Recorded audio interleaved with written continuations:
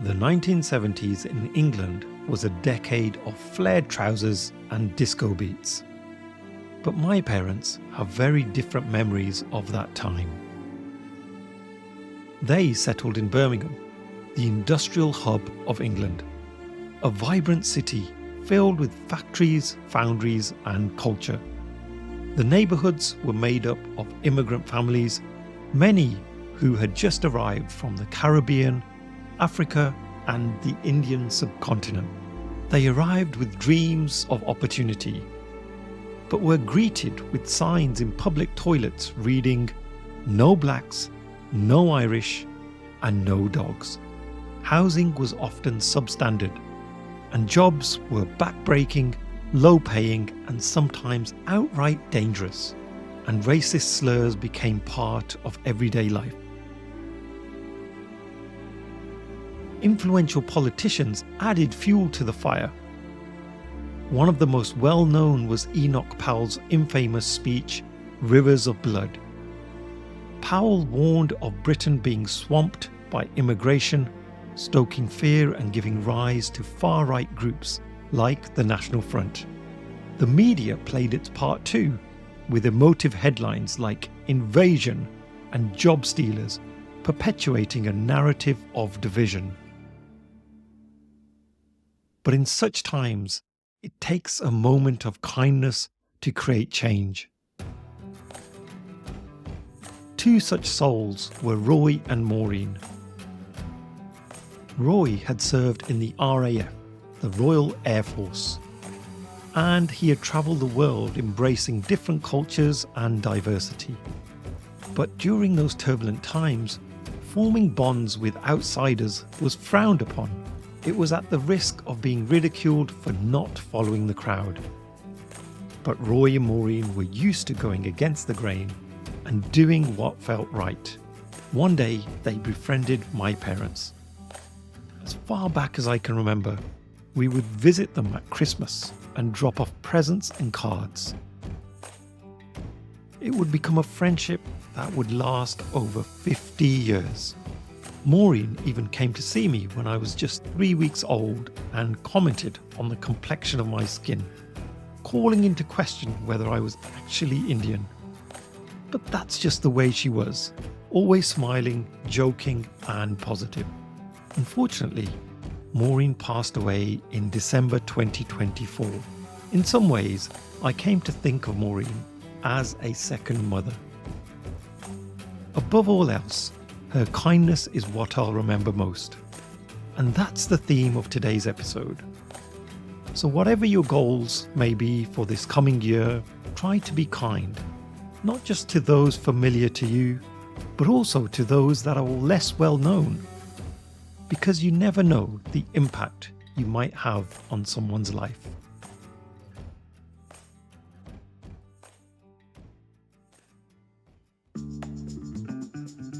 From the city of Peaky Blinders, Birmingham, England, I would like to introduce you to Paddy Dhanda. As the world becomes more automated and the robots take over, it's imperative that we build the right human skills for the future. So pull up a chair, grab a samosa or two, and make yourself very uncomfortable. So folks, I made a pledge to myself that I would try and bring a celebrity guest to the podcast. And so far I have failed. Well, of course, every guest is a celebrity in their own right, but I was thinking of somebody who actually works in the media and is well known and renowned for that particular talent. And so I finally managed it. So we're recording this episode just before we hit 2025. I feel like I've achieved that goal. So on today's episode, I have a bit of a superstar who works in TV, and I would love for her to tell us what superpower you're bringing to this particular episode, Andy. Well, actually, I do believe my superpower is kindness. Maybe curiosity, but I'm going to stick with kindness. Oh, what a superpower that is. I don't think I've ever had anyone come on to the show to talk about kindness. So this is going to be really interesting. And I'm honored that I hate to disappoint your audience, but I'm honored that you think that I am your celebrity guest. Pardon me for laughing. I'm like, I'm trying to hold it in. But I am, yes, I am on TV. But if there were like, if there's a lot of people in media say that there's like an A list, a B list, a C list, and a D list, I'm on like the R or the S list when it comes to celebrities. But nonetheless, I'm very proud of you for working towards a goal, and you are achieving that. Golly gosh darn it. So good for you, Patty. We don't care about lists. All we care about is the fact that you're in this space, and that's the Thank main you. thing. And you're definitely on my A list, so How that's what lovely. matters.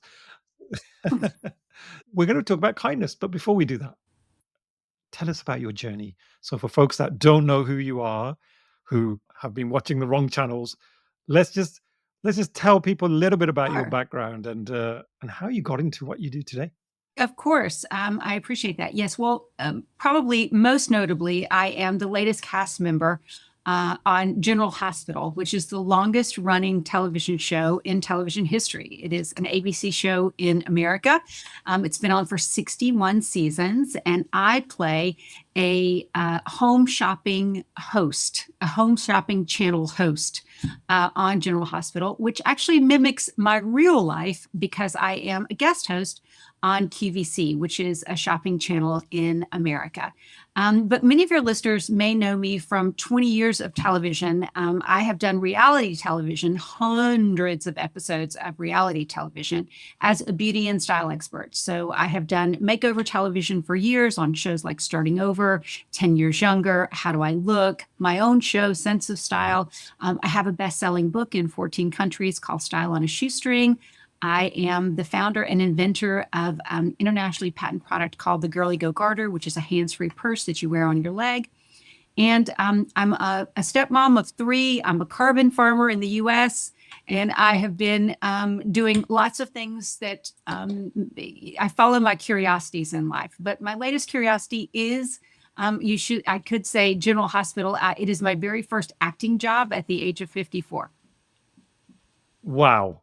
Wow. And she says, I'm an R list. I mean, come on. QVC, everybody knows about. And look, I don't live in the US, so I haven't come across General Hospital, but I'm sure many of our listeners have because the majority of my audience actually do come from the US. So I'm sure people have heard of it. Wow. The longest running TV series. That's amazing.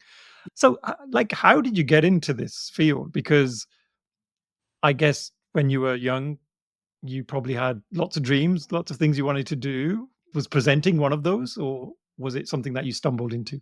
In a way, I studied to be a sportscaster. So my dream was to, be on the sidelines and cover football and baseball and basketball. I grew very tall very fast. So by the time I was 10 years old, I was 5'11". I was just a little under 6 feet tall at a very young age. So I was naturally pushed into sports.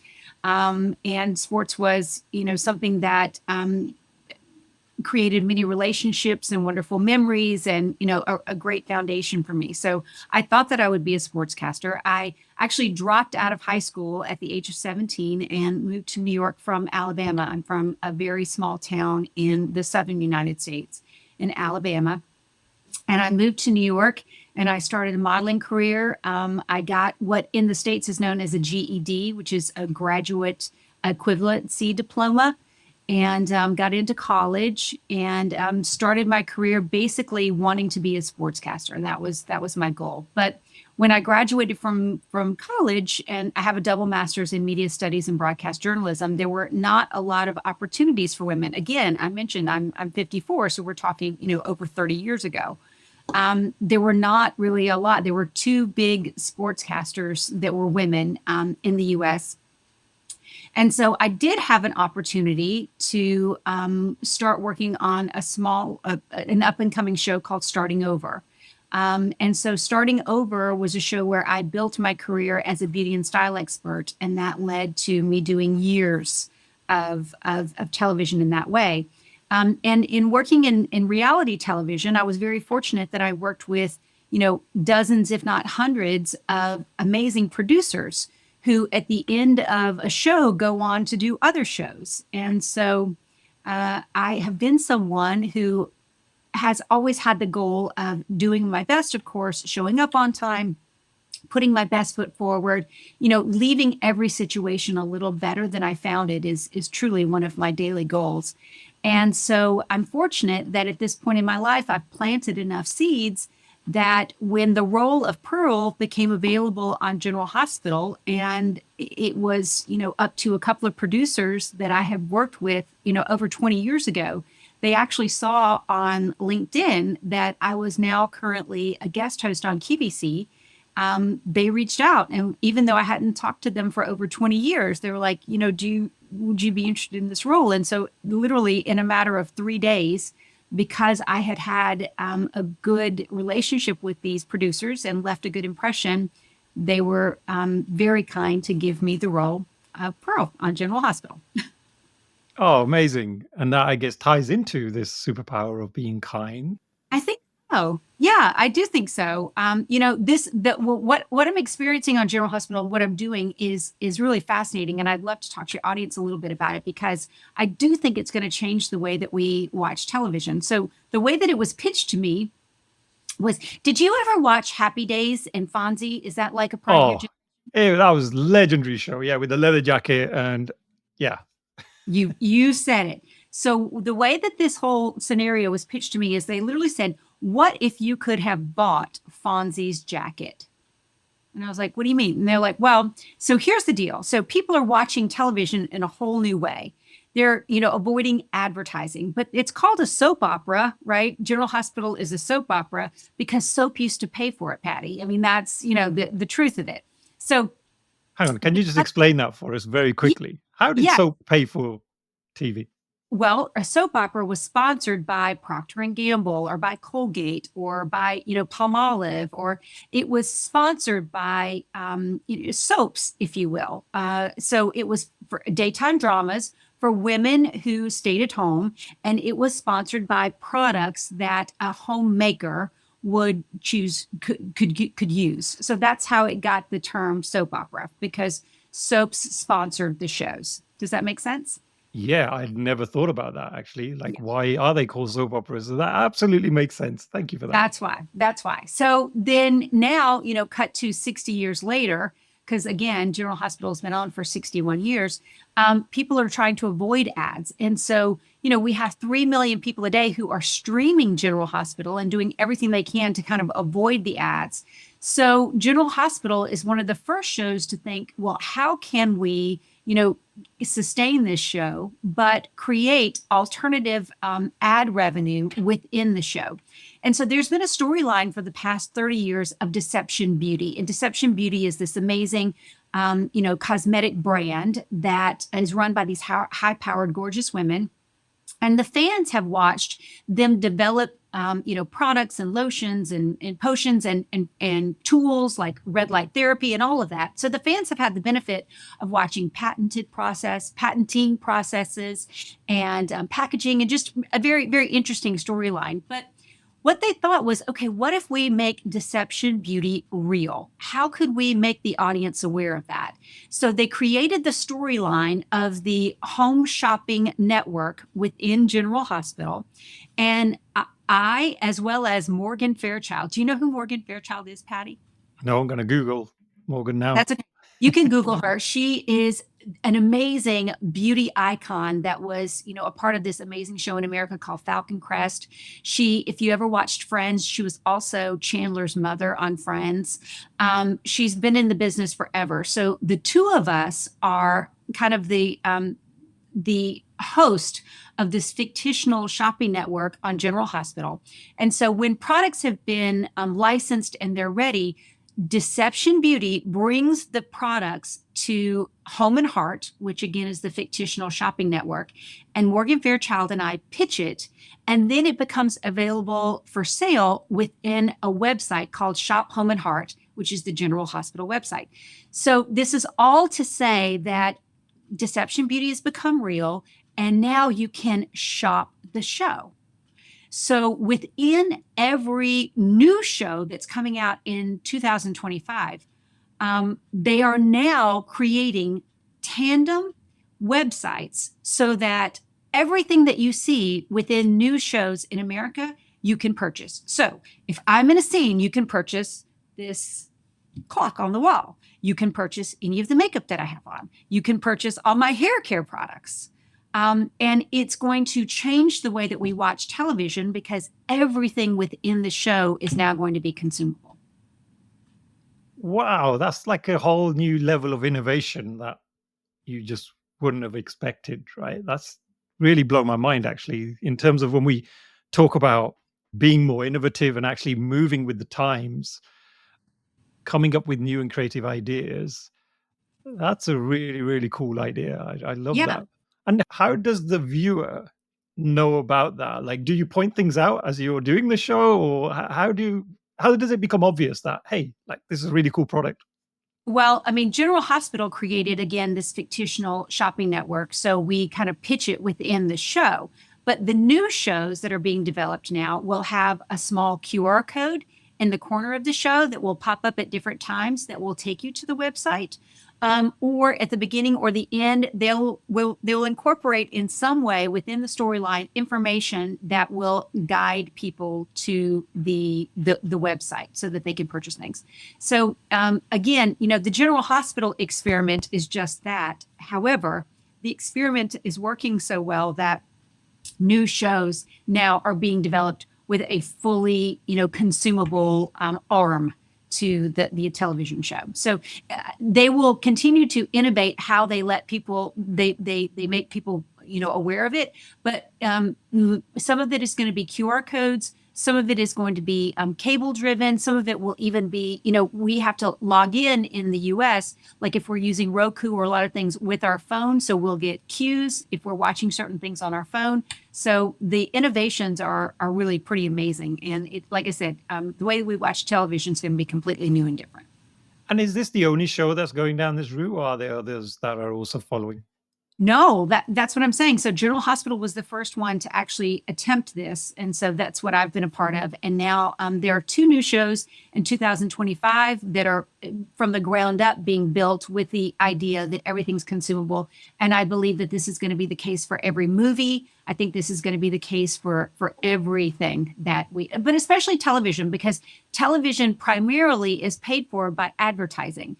And the fact that we want to avoid advertising means that they've had to become more creative. And I think that this is ultimately how things are going to get solved. So a lot of the work that I do is around product management, and product managers generally have insights about potential demand, and we try and second guess what our customers, what our users want from whatever product or service we're building. So in this case, how have they measured that initial experiment? Because we often experiment as product managers rather than investing loads of money into an idea and then it flops. We try and do these small experiments. Are you aware of the early days of this particular initiative? How did the producers and the people behind it, I guess, measure its success? Well, the storyline of Deception Beauty has been one that the fans have asked for, Deception Beauty to become a reality for years now. And because the fans have been so invested in the fictional development of all of these products, they were literally emotionally connected already to the product, to the results, because again, it's been a part of the storyline. So they hedged their bets that if they created Deception Beauty, that the fans would respond, which has absolutely been the case. And then the other thing that they did is, because there's awards and there are all kinds of ways to find your favorite character and sand response to specific characters. What they've done is they've taken like the 5, most beloved characters within the show, and they've built out storylines around products that they use, handbags that they carry, jewelry that they wear, all of that. So they've taken kind of the top 5 characters and then built things around what they believe that the fans would respond to. So all of this so far has been storyline and character driven, which, General Hospital has the benefit of having 61 years of kind of a test market in that way, whereas new shows won't have that. I'm not 100% sure how new shows will be able to make these predictions. But I can predict that. I think that you could predict that certain shows are looking to appeal to a certain audience. And there are some generalities around what certain audiences would respond to in terms of, decor or, products or all of that. So I think as you build a show, there is an expectation for who would be attracted to this. And then you basically use the market research on basic on that consumer base. I could talk to you about this all day, actually, Andy, but I know we've got a ton of things I've also wanted to ask you. So I'm going to focus a little bit on your superpower. Kindness isn't a very tangible thing. So tell me a bit more about that. Like, what does kindness mean for you? And what are some of the ways it's helped you, I guess, succeed in life? Well, I actually do think, I mean, I kind of do think it's tangible, to be honest. I think that it's measurable, and I think that it's something that we all can practice. And I don't think that we give it enough credence. There are small things that we can do every single day that makes a really large impact. Even as small as, taking your shopping cart back to the car place and opening doors for people and, paying for coffee for the woman next to you. Or it doesn't have to be a large thing, but kindness has a ripple effect. And I definitely believe that, when we do the small things to help others, it elevates and shifts their mood, which can then, change the way that they approach their day. So I think that it's contagious in a way. I think that there is a ripple effect to it. And I think that we as a society have kind of lost, common courtesies and kindnesses that don't take a lot of effort. It doesn't take a lot of energy to let someone in traffic. It doesn't take a lot of effort to like I say, hold the door or to be considerate or kind or courteous of the elderly. And I do think that in many ways we are so busy that we just think that those things don't matter. And that's not true. And I am a definite example of that. The kindness that I bring to my world, the people around me, I have not had an easy road of it. I know that, people might, think that as I spout off, all of these accolades and accomplishments and successes, that things came easy. But that's not, there have been lots of failures in my life. But with every failure, I approach it that, okay, what did I learn? Did I leave the situation better? And is everyone involved in that particular situation clear that I was kind, I was respectful, and I could be someone that could be considered for something in the future? So I definitely think that kindness leaves an indelible mark, and that it's an important thing. The other thing is people get very, very overwhelmed by the news and what's going on in the world. And, I stopped watching the news about 5 or 6 years ago. May will be 6 years for me, because it became very aware that I was overwhelmed with what was happening in the world and honestly, my inability to really make an impact. And so I started to think about, okay, what can I impact? How, if I turn off the news and just focus on what's around me, what can I impact? And I have elderly neighbors that need to be checked in on. I have, a family that I can take care of. I have friends who are in great need. And, I could create, a GoFundMe page for them. So, yes, I definitely believe that, if you just focus on what's around you and what kindness you can spread and help you can offer to the people, within your circle, because there's a lot more need in your circle than you're probably even realizing, then what happens is you feel the benefit of being able to help. It empowers you. It ultimately gives you more confidence, but it also pays back in spades. Your world just becomes bigger and more warm. You definitely feel more connected, and people remember you. And, when opportunities arise, you are usually, one of the top 5 on their list. I have made so many friends, not by trying to make friends, but by offering support, offering help. And then those like minded people tend to come together, and then you build and form lasting relationships. And sometimes there's financial reward to it, but there's always, spiritual and emotional reward to it. And is this a muscle that you've naturally built over the years? What triggered you to be this type of person? I know we will try and be good people, but it sounds like when you discover the superpower, you almost then become more intentional with it. So I'd love to know, like, was this something that you'd always done and then just thought, wow, this is giving me some great results? Or was it a moment in your life when you thought, this is something I definitely need to do more of? Patty, I think it's a little bit of both because I was raised by my grandparents who lived through the war. And the other thing that's, it seems like such a small thing, what I'm about to tell you, but it really is, it has had a huge impact on my life. So being raised on the Gulf Coast of Alabama, I'm sure you've probably seen, I was raised in what was kind of known as Hurricane Alley. Like hurricanes hit our area all the time. And I'm sure you've seen the photos of the devastation. So I was, raised in an area where a hurricane would come through every few years, and an area would be completely annihilated. And that's really where you have got to depend on the kindness of others, and you have to be that kind, extension for others. So sometimes you're the recipient, and sometimes you're someone who is actually reaching out and rewarding people, or helping people with kindness. So kindness it played a very big role in my upbringing because of hurricanes. I know that sounds crazy, but it is really true.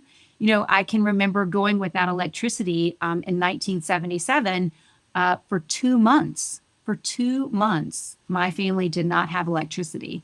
And, we lost all of the food in the freezer and, kind of all those things. So you just start to depend on your neighbors for a little bit of a generator time, right? To keep, to make a few phone calls, to do whatever's got to be done.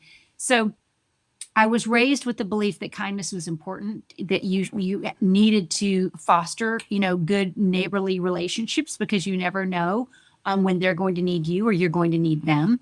And I was also raised, because I was raised by my grandparents, there was a lot of churching, there was a lot of belief, there was a lot of God in my life. And so that, if you just follow the 10 commandments, I mean, it's very clear we're supposed to love thy neighbor and be as kind as we can. So I think it's a combination of everything. And then moving to New York at a young age and realizing that it's a tough world out there, and we can all walk around being really bitter and angry and with our head down, but it's really a sour way to live.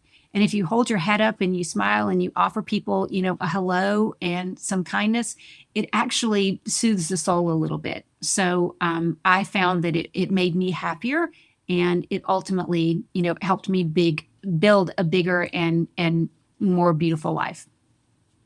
Oh, amazing. And it kind of reminded me of when I was growing up as a young child. My parents would take me to India nearly every year. And I was then able to have that contrast of living a good life here in the UK, but then I see the other side of things. And I think when you have that comparison, it really does give you a bit of a wake up call. And there's a great quote: comparison is the bandit of happiness. And in some ways, it is, but then in other ways, it's a blessing, because if you can't compare and contrast between two extremes, how are you ever going to appreciate your own situation? So I absolutely connect with what you've just said there. When you've faced adversity or you've seen adversity, then it gives you this other perspective, doesn't it?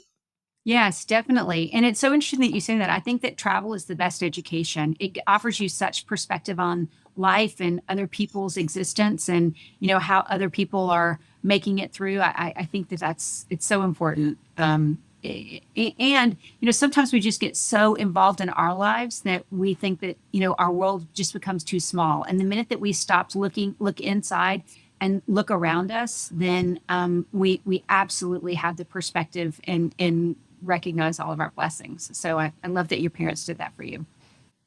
And we didn't have electricity for hours at a time as well. We lived in a very remote part of the area, and we're predominantly from a farming background. And yeah, electricity used to go, and you're faced with 40 to 50 degrees of heat in the summer. And yeah, it's terrible. You can't even have a fan on, and you're just baking hot. And that's when you really do realize that it's such a luxury having electricity. So it's a big thing, believe it or not. And you mentioned you've had failures. So can you maybe tell us about a couple of those and what you learned from those? Yeah. So my biggest failure, I, it's hard to even call it a failure anymore, but 15 years ago, I was 5 days away from leaving to start the next season of a show that I was doing called 10 Years Younger. And I was out with my then boyfriend, and we were at this ocean club where everyone, swam out, and they climbed up on this big kind of cliff, and they jumped off this cliff, and everybody was doing it, and I decided that that's something I wanted to do because that's kind of the adventure girl I was, and I did it wrong, and I cut off my right foot.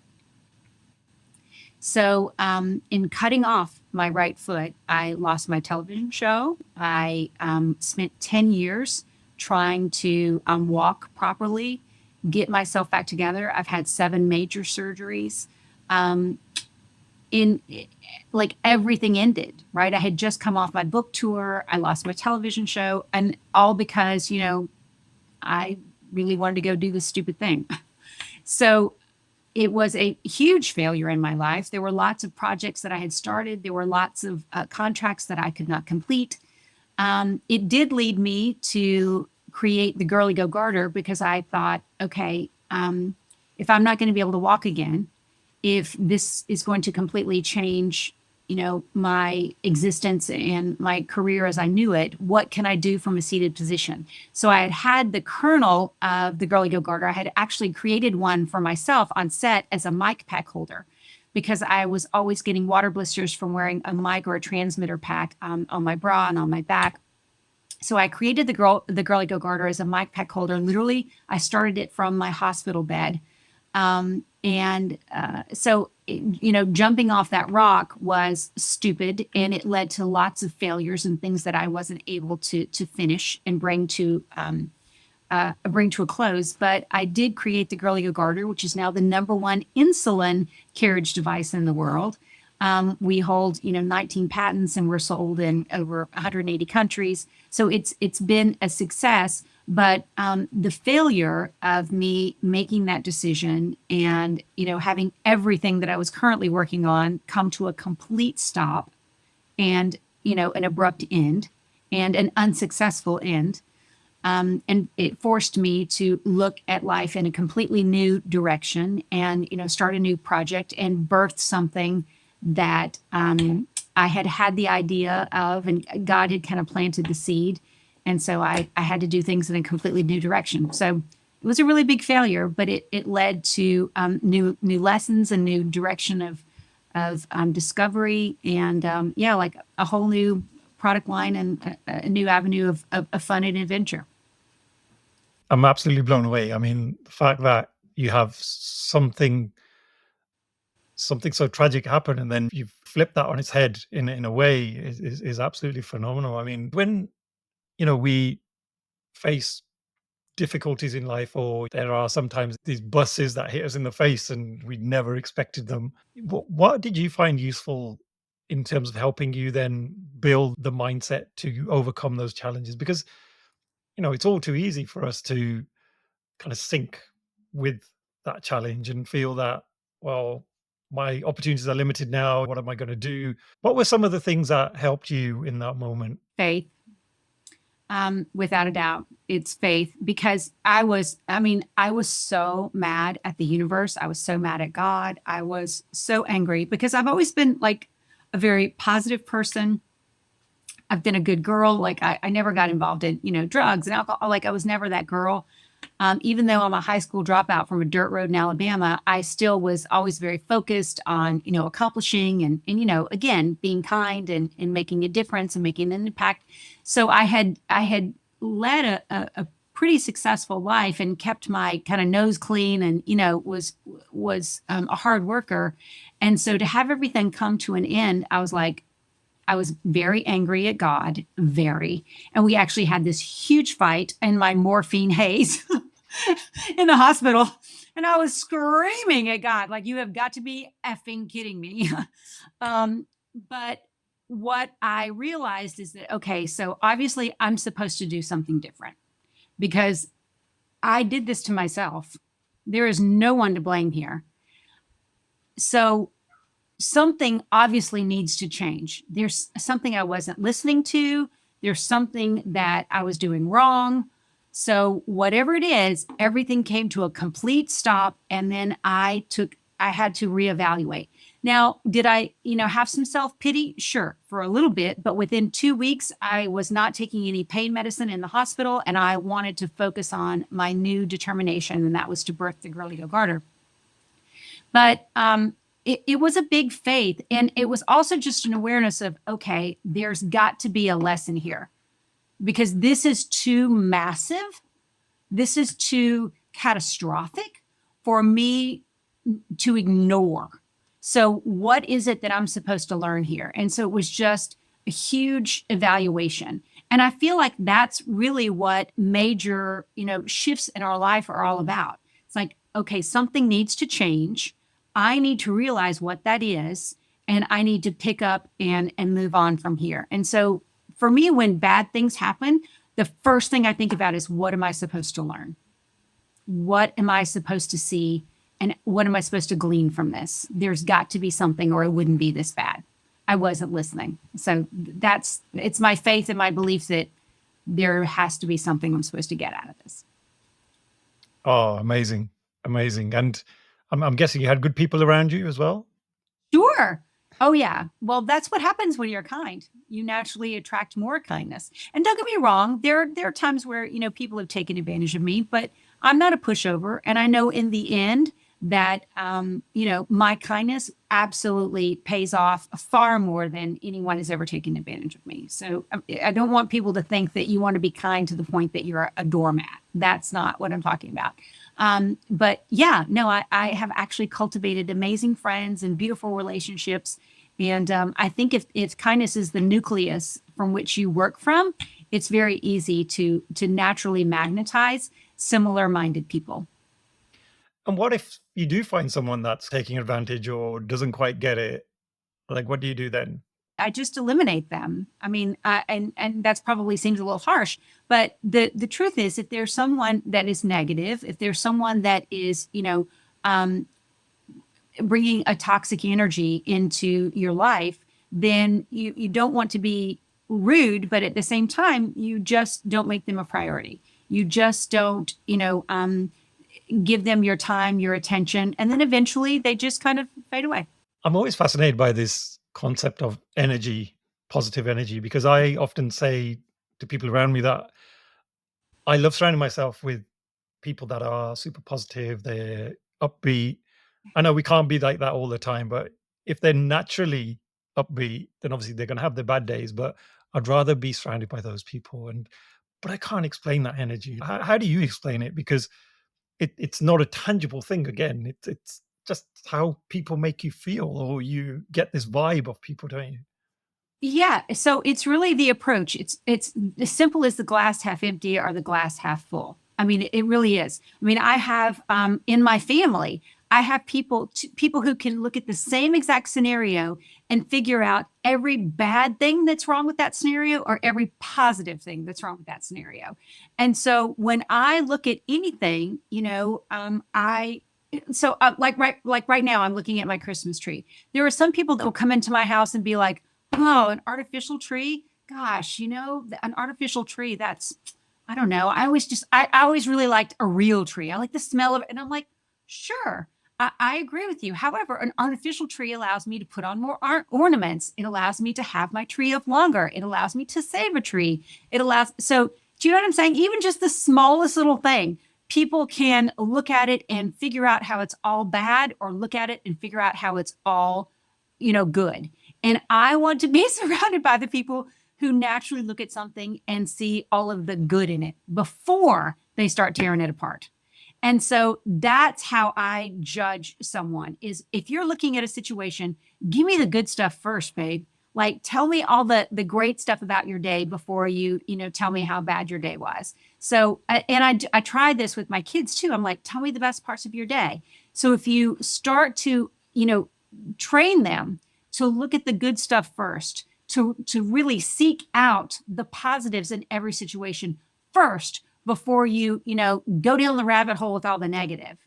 That's what I'm looking for in my connections and the people, because the truth is our society has really cultivated this kind of culture of community around commiserating.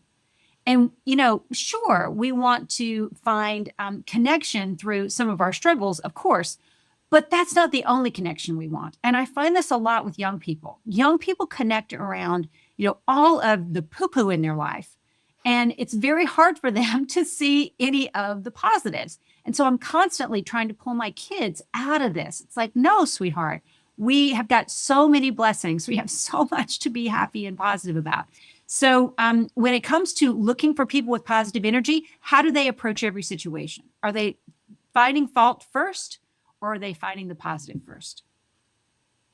I bet there's so much positivity in your household. I try. It's not always that way, Patty, but I try. I need you to come over and talk to my son, because he's always very pessimistic about Right? everything. I think it's an epidemic with a certain age, for sure. Yeah, he's only 12, and he's just like, Yeah. always, you give him some advice, he's like, no, Dad, that's never going to work. Or there's always that battle, and I'm like, is it just because I'm your dad? Like, if It your is. uncle said that, would you be the same? Yes. No, I it's don't know. because you're the dad. I get that too. Yeah, it's because you're the dad. And as we wrap up, Andy, I'm going to ask you one of my favorite questions, which I didn't warn you about, but I like to finish off the show on this question. And it is, if I could give you any superpower to eliminate or abolish something in the world of work, what would that be? And we're only going to do it for 24 hours, because we'll do an experiment and see how it goes. So what is the thing that really knocks you, that you think, you know what, I wish that didn't exist in the world of work? In the world of work,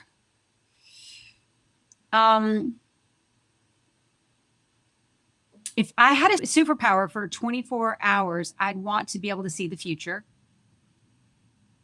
because I want to live to be 100, because I'm so curious. And so I think my curiosity would be like, yeah, I want to see what's going to happen next. So that would probably be the superpower that I'd want. And if I'd want to eliminate anything in the work, it would probably be unfairness. I think that, I just think that there's a way to be fair. And notice I'm not saying, to me, fairness isn't always equal, but I do think that there are a lot of people who experience unfairness. So that does not mean equal, because I definitely think that, you should be compensated for your energy, your effort, and your work. So I would like there to be more fairness with energy, effort, and work output. Well, hey, love that one. That's one that no one said before. And it's actually a really obvious one. You think, you know what? That is probably one of the most fundamental things in society, that if we resolve that, everything might be a little bit better. So thank you for that. That was awesome. Yeah. And if people want to get in touch with you, or they want to follow the great work you're doing, how can they do that? And if you could tell us about how they can get more information about some of the great projects you're working on. Thank you for asking. So andypaige.com, ANDYPAIGE.com is where you can find kind of everything about me, my products, The Girl I Go Gardener, my book, Style on a Shoestring, a lot of my work, my services, kind of all that stuff. And then shophomeandheart.com is where you can find everything within the General Hospital landscape that is consumable. So I encourage you to go to shophomeandheart.com for all of that. Oh, brilliant. You've given me an idea. I think I should do that same concept with the podcast and go, everything's for sale. Whatever you There want, you go. you can have it. You can have Yes. this top. Nobody wants my top. I might strategically position some stuff behind me now. There we go. Yeah, I love that. Great. Oh, brilliant. Well, Andy, it's been such a pleasure talking to you. And I really do want to thank you, because it's such a fascinating topic, and really given me lots to mull over. And thank you for sharing all of your kind of personal stories and insights as well. I'm so glad we had this time. And I am honored again that I am someone who helped you meet your goal for 2024. Yay. Awesome. Done it, folks. Done it. Now we're going to set our goals for 2025. So whatever you want to do, it doesn't have to be a goal you've got to accomplish in the next few days or months. It could take a year, but look, have a goal and it just helps drive you and focus you a little bit more. So there we go. I've probably emailed like 50% of the celebrities out there, Andy, and yeah, you were the one that came back and went, yeah. I'm only joking. I'm happy to have been that person again. So I'm honored. I'm honored. I hope you have a beautiful holiday and a fantastic new year. Thank you. You too. You too. Thank you so much. It's the end of another episode. Thank you so much for listening. Please do connect with me via LinkedIn and drop me a message and let me know your favorite takeaways from the episode. Also, don't forget to subscribe to the Superpower School newsletter so that you can be notified of all future episodes. Simply visit the website www.superpowers.school. Thank you once again.